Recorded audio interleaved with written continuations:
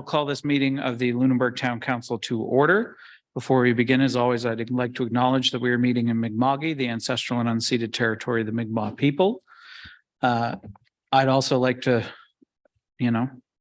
take this time because this is the first meeting we've had since our announcement yesterday for our $7.3 million in federal and provincial funding for our almost $10 million wastewater project, which is something I know this council has been waiting for a long time and is a very exciting thing both for us and for the town of Lunenburg. And with that, I will look for a motion to approve the agenda as circulated. And thank you for the accolades from the audience. Councillor Sanford, seconded by Councillor Ernst. Any additions, deletions, amendments? Seeing none, all those in favor? Opposed, the motion is carried. That takes us on to the approval of the meeting minutes from February 28th. If I can get a motion to approve those as circulated, moved by Councillor Birtles, seconded by the Deputy Mayor. Any errors or omissions to note? Seeing none, all those in favor? Opposed, the motion is carried. That takes us on to business arising or unfinished business. And the first item there is a Cornwallis Street renaming update, a verbal update from the CAO. So I will turn the floor over to the CAO. Thank you, Mr. Mayor and members of council for the opportunity to speak this evening for the public record. My name is Jamie Doyle, Chief Administrative Officer. As listed in the agenda, I wanted to take both an opportunity to provide a bit of an update on the renaming of Cornwallis Street and request an extension of the original timeline. The first regularly scheduled meeting of council in March, which is today. We're requesting an open-ended time frame where staff would work as diligently and expeditious as possible to bring this forward as soon as they can. As you can probably imagine, we've received many submissions by way of hard copy and electronic mediums, and there are also many suggested names as we left that as an option as well. This submitted information is taking a lot longer than we thought to go through due to the volume. We're starting to sort and classify these to start to weigh the options, and we're seeking a time extension. With over 300 submissions that were received to identify a first, second, and third choice, also with the option to suggest a name, it's really a lot of work to go through.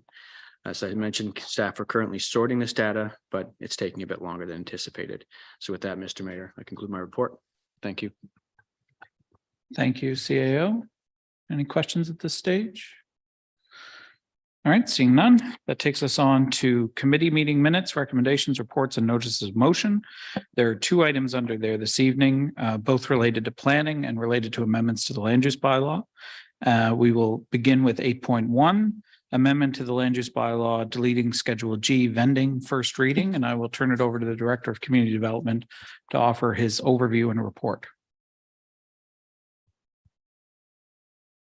Thank you, Your Worship. My name is Arthur McDonald. I'm the Director of Community Development for the public record.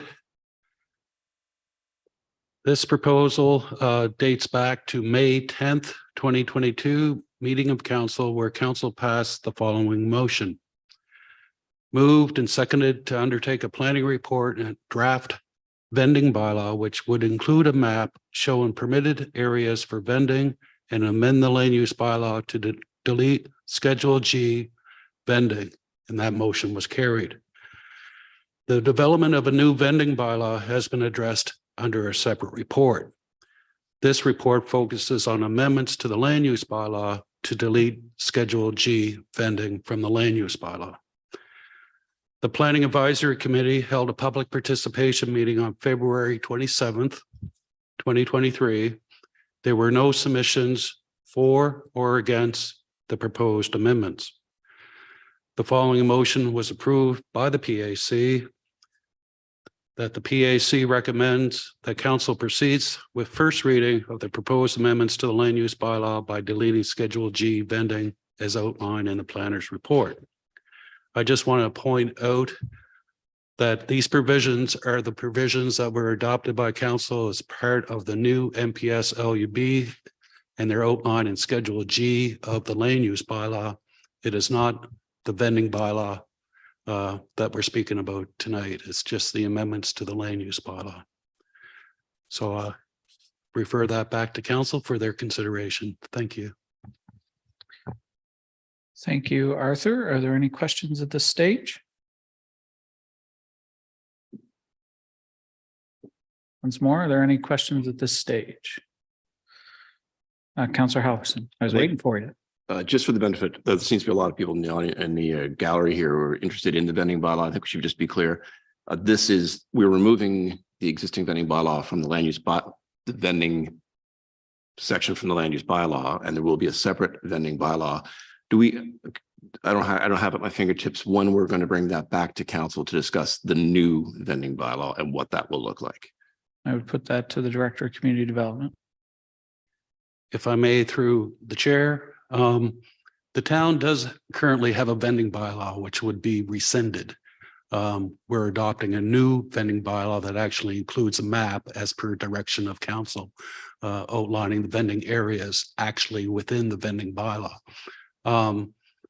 As a stopgap measure between the adoption of the new municipal planning strategy and land use bylaw, it was felt by council of the day to include provisions within the land use bylaw to govern vending until such time as we have the opportunity of developing and amending the existing vending bylaw. So we would also have to rescind our actual vending bylaw that we have currently in place, but it's so out of date. It refers to land use bylaw provisions that no longer exist. Not even in the previous land use bylaw. It goes back prior to 1996. And those provisions, they're not relevant anymore. So it's really, really out of date. So we're trying to bring up those provisions and update them. Thank you. Thank you, Arthur. And also, it's worth noting that we're doing a broader bylaw and policy review that our very qualified clerk is heading up to look at a number of bylaws. Still want to hit back on, so when will we see that? When will the public have something to see where they can understand what the new bylaw is going to look like, how it will be impacted, when they'll have input? You're asking for a date. Yes. It was presented to council during first reading, the new vending bylaw.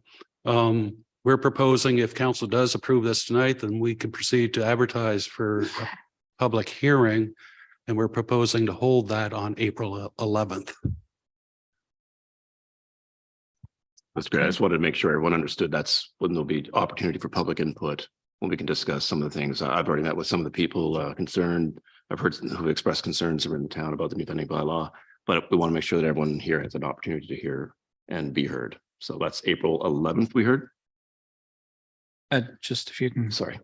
because otherwise I won't be picked up. So yeah, the vending bylaw itself does not require a public hearing, as most bylaws don't, but planning matters do. So there will need to be a public hearing on removing Schedule G from the land use bylaw. And my understanding, and I'll just reconfirm with the Director of Community Development, was that the proposal from the Community Development Department was that would all happen on one night. So there wasn't a regulatory gap. That is correct, Your Worship. We're trying to do everything. We're trying to do the MPS LUB amendment as well as the second reading of the vending bylaw the same evening, April 11th. And since we're not required to hold a public hearing on the actual vending bylaw, staff would recommend that council does provide for public comment during their second reading. Okay. So this the second reading of what's before us now. All right. Any further questions? Seeing none, there is a draft motion that has been presented by staff. Is it anybody's pleasure to move that motion as circulated? Moved by Councillor Halverson, seconded by Councillor Sanford. Any discussion or debate on the motion? Seeing none, all those in favor? Opposed, motion is carried. All right, that takes us likewise on to 8.2, another amendment to the MPS and LUB, this time to delete the architectural control areas, which is related to the revisions or review of the heritage bylaw. And I will turn it over to the Director of Community Development once again to provide an overview. Thank you, Your Worship. In keeping with the town's comprehensive community plan and council's direction, the town intends to adopt a new heritage conservation district plan and bylaw and delete the architectural control areas from the municipal planning strategy and land use bylaw. The Dufferin Street Architectural Control Area will be incorporated within the new Heritage Conservation District. The Tannery Road Architectural Control Area will be eliminated. There is the option for the citizens that own properties along Tannery Road to have their properties individually designated as municipal heritage properties. There's also an opportunity down the road to actually create a separate and new Heritage Conservation District for Tannery Road if council so chooses. The thought being that Tannery Road should be excluded at this time was that the Tannery Road area was distinct in its own right and did not contribute to the UNESCO World Heritage Site, which is the narrative for the new Old Town Heritage Conservation District. This also follows the rationale for the boundaries of the new district as outlined in the background study approved by council on August 9th, 2022. This report covers the deletion of the architectural control areas from the town's municipal planning strategy and land use bylaw. The adoption of a new Heritage Conservation District plan and bylaw will be covered under a separate report. Again, the Planning Advisory Committee held a public participation meeting on February 27th. There were no submissions for or against the proposed amendments. The following motion was approved by the PAC. The PAC recommends that council proceed with first reading of the proposed amendments to the municipal planning strategy and land use bylaw to delete the architectural control areas and Schedule F, Heritage Conservation District and architectural control area map as outlined in the planner's report. There is a motion there for council's consideration, and that is my report. Thank you. Thank you, Arthur. Any questions of Arthur at this stage? I just have one, Arthur, and it relates to, obviously, I don't think this will be coming forward on April 11th because we haven't gone through the similar process with the Heritage Conservation District Plan and Bylaw and the Heritage Property Bylaw, and one or both of those are going to require a public hearing in their own right. So I'm just wondering the same question. Are you looking to do both of those at the same night? And do you know at this stage, and it's okay if you don't, what night that would be? The intention of staff is to deal both with those at the same evening in a similar fashion as we're doing with the vending bylaw and the amendments to the vending sections of the land use bylaw. We don't know what that future date is as of yet. No. Okay, no worries, but that'll be well advertised when we advertise for public hearings at any rate. So people can look for that. Yes, and just to let council know, the adoption of the Heritage Conservation District Plan and Bylaw requires a public participation meeting with the Heritage Advisory Committee. So that would be a public notice advertised in the local paper. And then it also requires a public hearing with council. That has to be advertised 21 days prior to the public hearing and 2 consecutive ads. So there should be plenty of notice. Just keep your eyes open in the local paper and on our social media and website. Thank you, Arthur. Any further questions at this stage? Seeing none, there is a draft motion that's been circulated.